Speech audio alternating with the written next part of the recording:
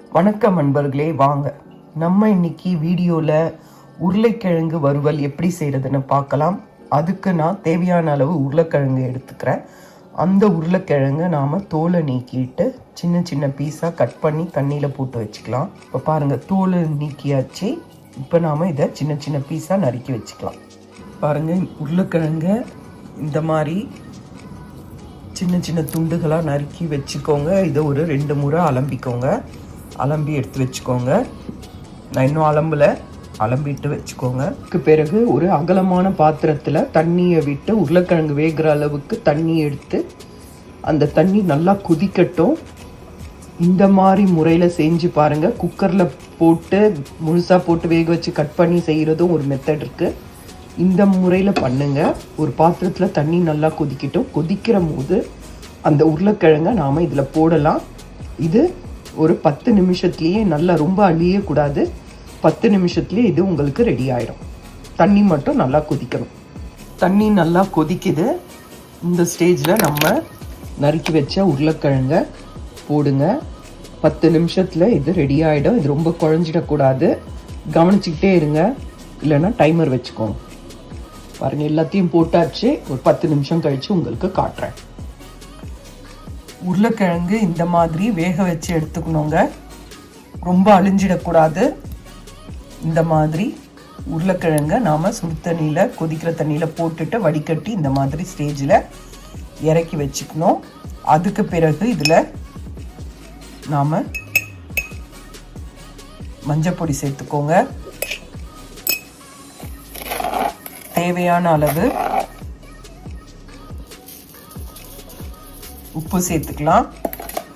அதுக்கு பிறகு வெறும் மிளகாய்த்தூள், வெறும் ரெட் சில்லி பவுடர், அந்த ரெட் சில்லி பவுடரை உங்கள் காரத்துக்கு ஏற்ற மாதிரி சேர்த்துக்கோங்க.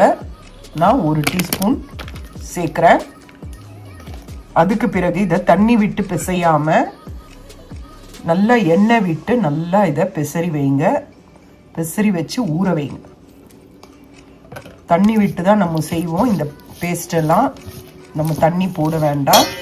எண்ணெயிலேயே இதை நல்லா கலந்து கொடுத்து ஒரு 10லேருந்து 15 நிமிஷம் ஊற வைங்க. அதுக்கப்புறம் வாங்க என்ன செய்யலான்னு பார்க்கலாம். உங்கள் காரத்துக்கு ஏற்ற மாதிரி போட்டுக்கோங்க. ஏன்னா வெறும் மிளகாத்தூள்ன்றனால ரொம்ப காரமாக இருக்கும். நல்லா பெசரி கொடுத்துக்கோங்க. இந்த மாதிரி பெசரி கலந்து வைங்க. ஒரு 15 நிமிஷம் இது ஊறட்டும். அதுக்கப்புறம் நாம் வாங்க பார்க்கலாம். இப்போ நம்ம உருளைக்கிழங்கு ஃப்ரை பண்ணுறதுக்கு ஒரு பேனில் ஒரு டேபிள் ஸ்பூன் எண்ணெய் விட்டுக்கலாம். அதில் கடுகு போட்டுக்கலாம். ஒரு 5 பல் பூண்டை நறுக்கி போட்டுக்கோங்க. பூண்டு போட்டிங்கன்னா நல்லா வாசனையாக இருக்கும்.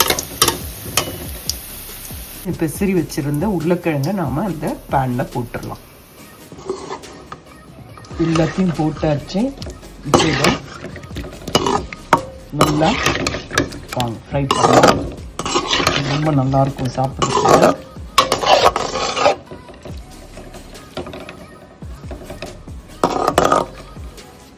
நல்லா சிவக்க வர வரைக்கும் நல்லா பேனில் இருக்கட்டும்.